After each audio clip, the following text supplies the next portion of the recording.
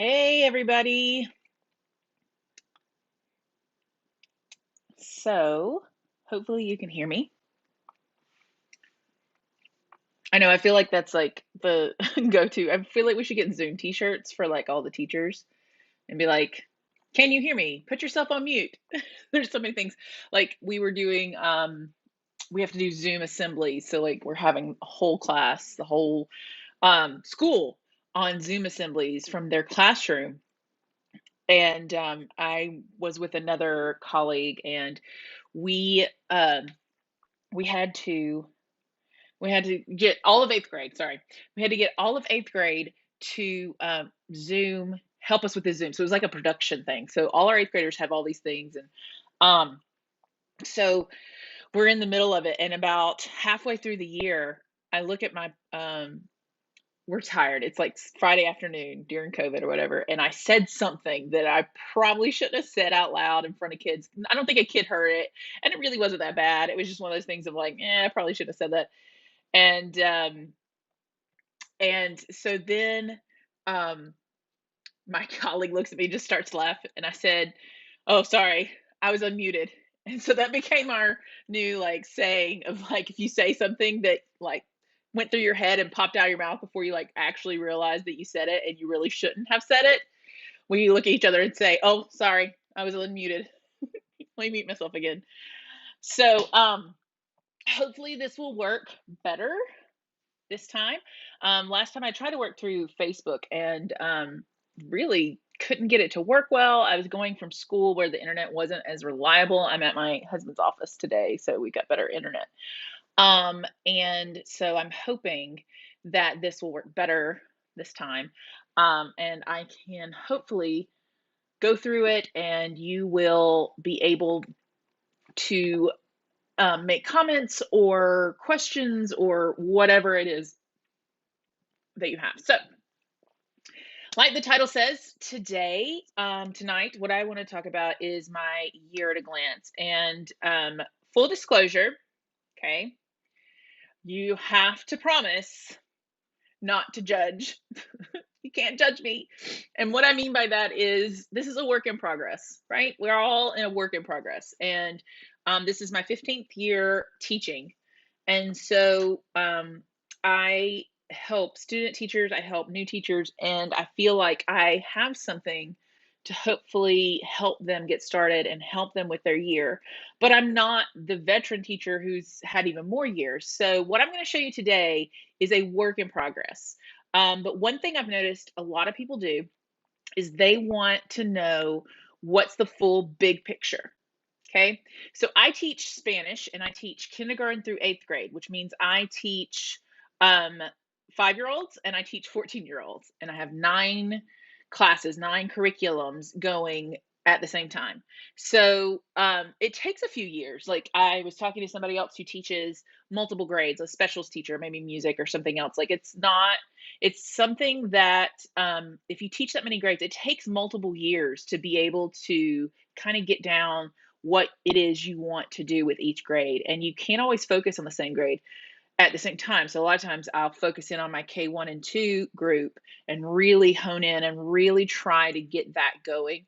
And then I'll switch and do 3 and 5 the next time and then 6 through 8. So what I'm going to do today is I want to show you kind of my curriculum plan for the year for kindergarten through 8th grade. And again, like I said, this is a work in progress. So there you might see something and go, why did she do that? Or that seems like she's not really sure, or she's left some details out. And I agree, totally agree with you because sometimes I'm not quite sure. And so I leave it blank or I leave a little space because I know that whatever happens during that time of the year, for whatever reason, my curriculum doesn't always go as planned. Okay, so let me show you what I've got. This is, let's see, there's my boys. Here we go. So this is a year at a glance, and I want to kind of show you what I do. I'm Miss Spanish, Anne-Marie Mitchell. I teach kindergarten through 8th grade Spanish at Berry College Elementary Middle School, which is a laboratory school through Berry College. Okay. Just to give you a heads up, when I first came to Barry, I had to pick the textbook for middle school, never taught in my life. And I was given a 3-ring binder with lesson plans written in like shorthand from the last Spanish teacher with no like explanation of what all these like acronyms meant or like anything. And looking back now, I can't believe like if I walked into that kind of situation, I would like be in a panic, but I didn't know what I didn't know kind of thing.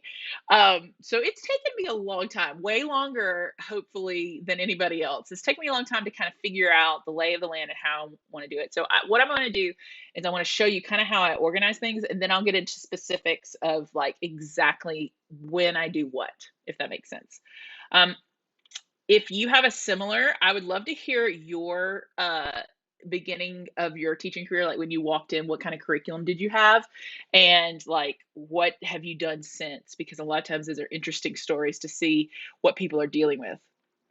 So here is kind of how I organize things in my brain and in my curriculum and just overall how I look at things. So I have 3 sections. I have my K through 2, my 3 through 5, and my 6 through 8. Okay. My K through 5, I see twice a week for 30 to 45 minutes. My 6th through 8th graders, I see 3 to 4 times a week. So it's for about 45 minutes. So there's more contact time there. So let's start. K through 2, I have created my own curriculum. You can find it on Teachers Pay Teachers under Miss Spanish's class, or you can look at my blog. The reason I created this is because when I first started looking for curriculum, there wasn't a lot of comprehensible input curriculum to use. I started with Hola Niños from Fluency Matters, which is it's good, and it's kind of outdated now, but it's still good stuff, really good stuff. But as I started getting more and more comfortable with CI and what that looked like and those grade levels, I really started kind of creating my own stuff. And then I realized, wait a minute, maybe somebody else could use this. So it's No Me Digas curriculum, and I'll go over a little bit about how it lays things out. My kindergarten through twos, I kind of target their proficiency novice low, brand new beginners, never had any Spanish, to novice mid, which means they're starting to be able to say some things back. They can recognize certain words, but we're still in that very low novice area. And then below that, I have learning to read. And this is something that I have learned in the last 5, 6 years that has really changed how I view each section of my curriculum in my classes.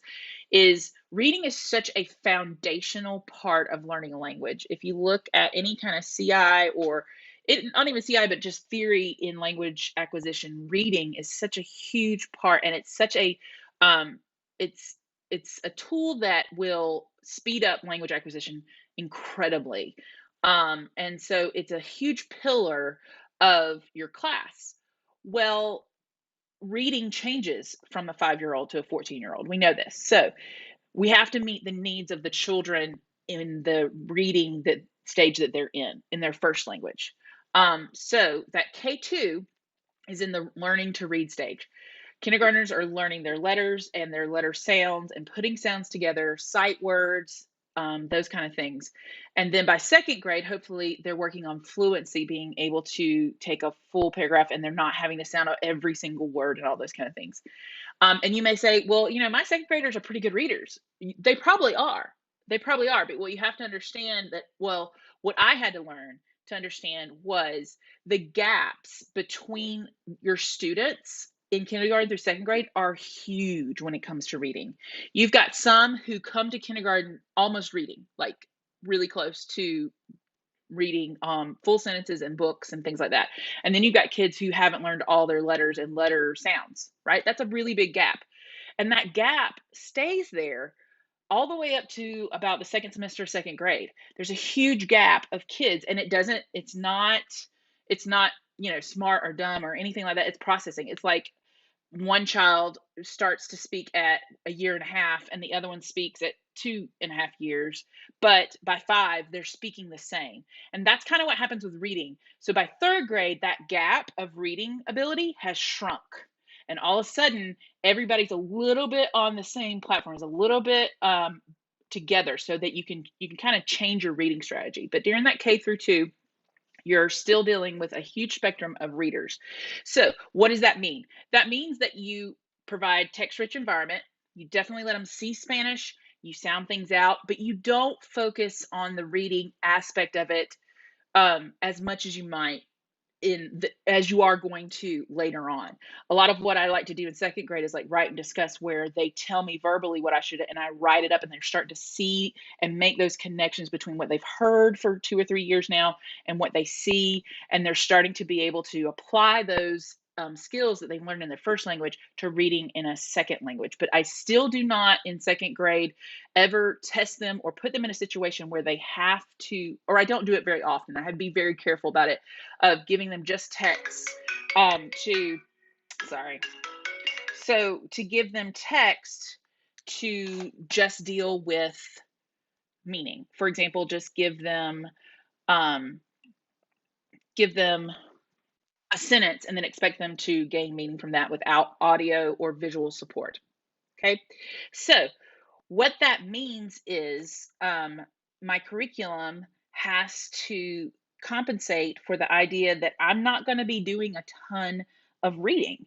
I'm not going to be doing things like reading tons of stories and doing things like that. So, what that means is I'm doubling up my listening, and I'm working towards teaching them to read and match the sounds and the meaning they hear to what they see visually. Okay. And I'm doubling up on the listening, lots and lots of listening, lots and lots of those things. Okay. So then I have my 3 through 5th grade. Okay. They've switched from learning to read to reading to learn. So, like I said, that gap is closed down and has gotten a lot closer. So I'm working with readers that are very close to each other in their ability to read. Right, those Lexile numbers, those grade levels have for reading has gotten a lot closer. So I'm going to now teach them how to read in Spanish. And what I mean by that is how to approach a text in another language, and how to bring meaning out of that when there is no audio or visual support, and building up their stamina. I heard Martina talk about that. I really like that phrase. I'm building their stamina for reading in Spanish. That's what I'm doing. That's my job. For 3rd through 5th grade, I use Somos by Comprehensible Classroom, Martina Beck. You can find it on Teachers Pay Teachers. I do have to adapt it because it's written for middle school and high school, so I do adapt it. I think I use the first 6 units, and one of those units I actually substitute another material of hers because of the content. It's just not appropriate necessarily for 3rd through 5th graders, or they're just not ready for that. And I'll show you that in a minute. I also use Cuéntame by Fluency Matters. It's an older curriculum. I always feel bad like recommending this one, not because it's good.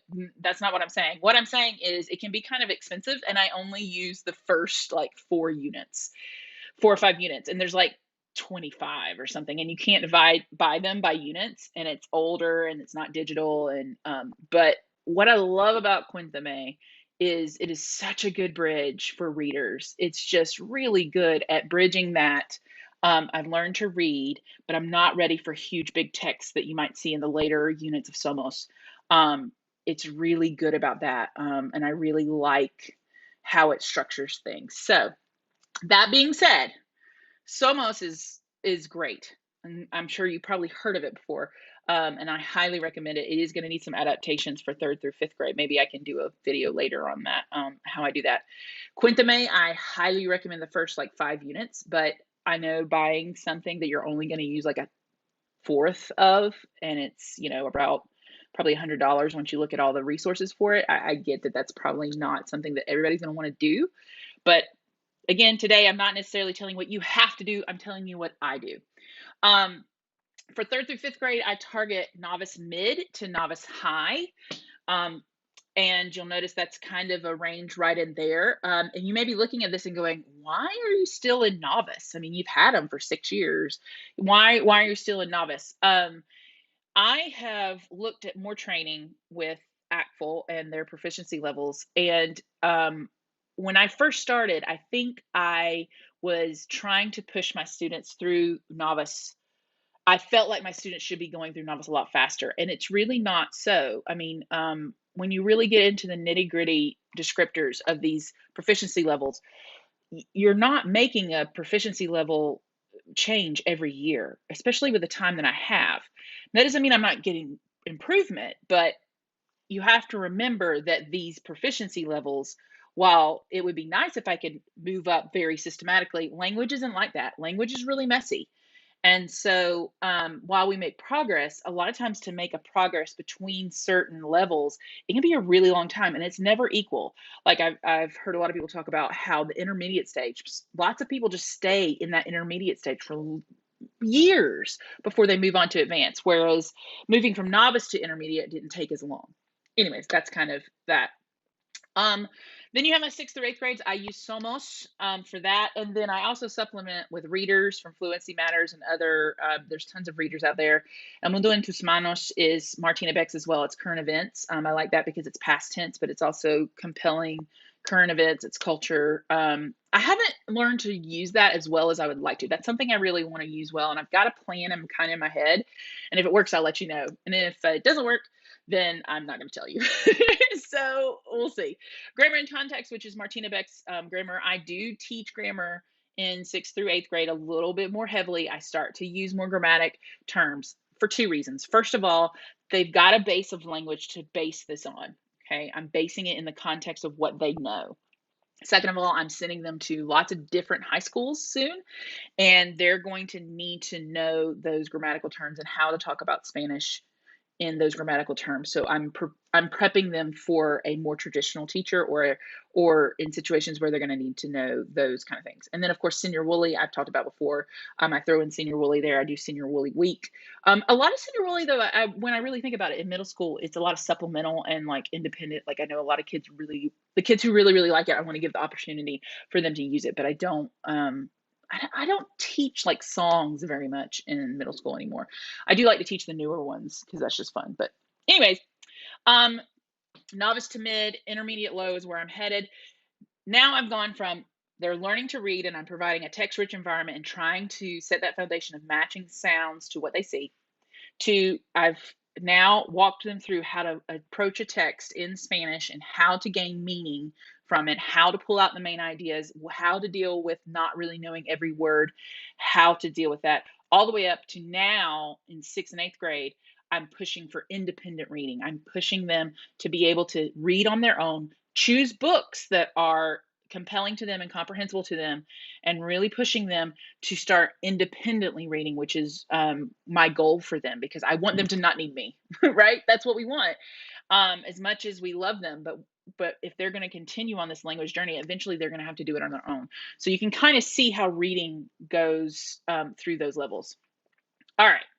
So I'm going to go a little bit quicker through these. Here's my K through 2 curriculum. It's No Me Digas. I created this myself. It has 3 cycles, okay, 3 years, kindergarten, first, and second, right? So I have El Ciclo del Cuerpo, my body cycle, where all the units kind of revolve around that. Not completely, but this is the cycle that I'm teaching this year. I just released Unit 1, Que Lindo, on Teachers Pay Teachers. You can go and find it. If you taught No Me Digas last year with Me Gusta and Quieres Pizza and all those kind of things, then you can definitely start with Unit 1, Que Lindo. It originally was my Unit 5, and I'll explain that in a minute. So you've got these 3 cycles, and there's 2 ways you can use this curriculum. You don't have to use it the way I use it. There's 2 ways you can use it, and it works either way. You can either do a linear curriculum, which is kind of more your traditional thing, where a certain cycle goes with a certain grade. So every year, kindergarten does el ciclo de comida, and then ciclo de cuerpo, and then ciclo de criaturas, right? You have a different prep for kindergarten, a different class for first grade and second grade. So that's 3 preps, right? What COVID has taught me is to try and streamline this a little bit and have a sequence where everybody does the cycle together, and I just make differentiation between the proficiency levels. So like this year, kindergarten, first and second grade are all starting with that unit 5 Que Lindo that I just released. And so what this does is it reduces the preps. It also allows me to collaborate between classes, and it kind of takes the pressure off of me of teaching 3 separate curriculums for kindergarten, first and second. So how I do this is in the lesson plans you can see for Que Lindo. This is straight out of the what I had, what you can go by. Is I have a targeting novice low, which is my kindergartners, and a novice mid, which is my first and second graders. So I have directions for every activity and everything, and even a lot of the presentations I publish in novice low and novice mid and have directions so that you can differentiate for your first and second graders. Okay, here's what you do with your brand new novice low learners. Here's what you do with your novice mid. And so that's kind of how I do that. With Somos, you probably are going to want to stop the video at this point and look at this and look at all the details, but this is kind of what I do for third through fifth. You can see here that on the left is my first 9 weeks, and then my second 9 weeks, third 9 weeks, fourth 9 weeks, you can see there. And I use Cuéntame and Somos. You can see here so I'm starting with my Unit 1 Dice in this week, because then my students come back this week. And then I'll go into Cuéntame. I really like Dice a lot because it's a very good start of the year kind of unit. But then I switch over to Cuéntame, which is it's a nice bridge, I think, between Somos, and if that makes sense, like going from a curriculum that's not very literature based to going to Somos, which can be very literature based. And so I think it's a nice bridge. Anyways, I actually do for fourth and fifth grade. They also do Dice. We introduce the new kindergartners because that's a big deal at our school, and so it's a nice review. And then I'm lowering my preps those first few weeks. I'm introduce their teacher to them, the kindergarten, any new students they have, me, all those kind of things.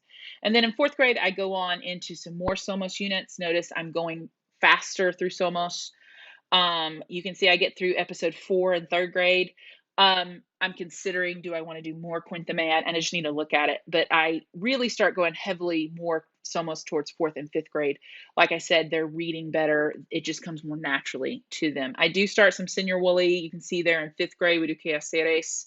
I do unit 7 with fifth grade, which which takes a really long time, to be perfectly honest. There's a lot of abstract concepts. You've got puede, tiene que, ayuda. You got a lot of things that are going to take some time and but are so important. I mean, obviously, really high frequency stuff.